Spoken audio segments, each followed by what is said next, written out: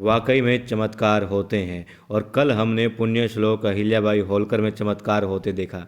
जी हाँ, दरबार लगा हुआ है और न्याय की कुर्सी पर बैठे हैं खंडेराव होलकर। कटघरे में खड़ी हैं यमुना बाई, हाथ जोड़े और आंखों में आंसू लिए हुए, और चारों रानियों समेत मंत्रीगण सभी लोग जो हैं अपने अपने आसनों पर बैठे हैं महल के अंदर, दरबार के अंदर, और देख रहे हैं कि अब क्या होना है। और यही वो चमत्कार होता है। चमत्कार इसलिए भी क्योंकि किसी को विश्वास नहीं था कि खंडेराव इस तरीके की बात कर सकते हैं, ऐसा फैसला कर सकते हैं, क्योंकि सभी अब तक उनको बच्चा ही मान रहे थे। यमुना बाई तमाम तरह की दलीलें देती हैं कि वो ईमानदार हैं, मेहनती हैं और निर्दोष भी हैं। यमुना बाई की यहाँ पर वकालत करती हैं द्वारका बाई, मगर उनको बीच में ही रोकते हुए खंडेराव बोलते हैं, पर आप दोषी हैं यमुना काकी। ना जाने हर महीने सुभान कितनी बोरियां गायब करता था, क्योंकि बात सिर्फ एक दो बोरी की नहीं, ना जाने अब तक उसने कितनी बोरियों में गड़बड़ की है। और अगर आपने ध्यान दिया होता तो तुरंत नए और पुराने अनाज का हिसाब लगा लेते, तभी उसे पकड़ लेते, क्योंकि चोरी सुभान कर रहा था और अभी कुछ समय से नहीं, 6 साल से वो लूट मचाए हुए था और आपको पता भी नहीं चला। आप निर्दोष कैसे हो सकती हैं यमुना काकी, कैसे? और अगर आपको सच में नहीं पता था कि गोदाम में 6 साल से क्या हो रहा है, इसका मतलब आपने अपने काम में लापरवाही बरती है। भ्रष्ट या बेईमान होना और अपनी जिम्मेदारी को ठीक से ना निभाना दोनों ही गलत है। आपकी लापरवाही के कारण किसी को गलत काम करने का मौका मिला, तो आप भी गलत हुई ना यमुना काकी। और यहाँ पर द्वारका बाई साहेब की आंखें फटी की फटी रह जाती हैं। वो समझ नहीं पाती कि क्या हो रहा है।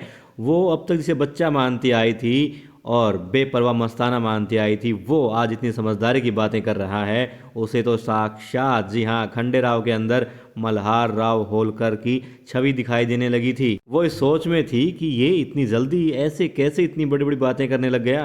खंडेराव कहते हैं कि आपको सजा तो मिलेगी यमुना काकी।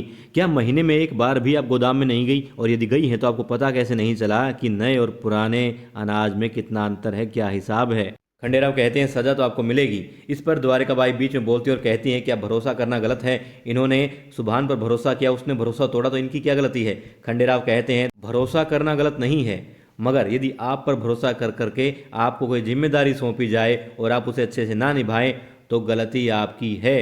अब द्वारिकाबाई निशब्द हो जाती हैं, उनके पास कोई शब्द नहीं होते और वो अचंभित भी रह जाती हैं, आंखें फटी फटी रह जाती हैं कि खंडेराव ने क्या कह दिया और वो क्या जवाब दे। उनके पास कोई जवाब नहीं होता। फिर वो कहते हैं यमुना काकी, जवाब तो आपसे ही मांगा जाएगा क्योंकि आपके ऊपर जिम्मेदारी थी।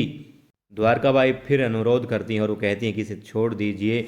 तब खंडेराव कहते हैं कि इनके साथ अन्याय नहीं होगा, इनको सज़ा नहीं मिलेगी, नहीं सज़ा देंगे, आप चिंता ना करें, आप निवेदन ना करें द्वारिकाबाई, मगर न्याय होगा, अन्याय नहीं, यहाँ न्याय होगा।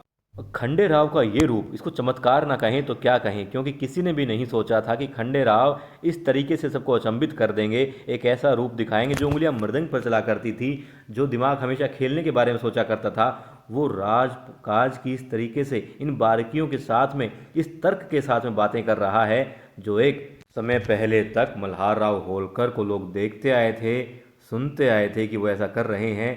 और उस शख्सियत की छवि अब सबको खंडेराव में दिखाई दे रही थी, क्योंकि किसी को भी अंदाज़ा नहीं था कि खंडेराव ये रूप भी दिखाएंगे। अगर आप में से किसी को अंदाज़ा था तो बताइएगा, क्योंकि मुझे तो बिल्कुल भी अंदाज़ा नहीं था कि खंडेराव इस तरीके से चमत्कार दिखाएंगे।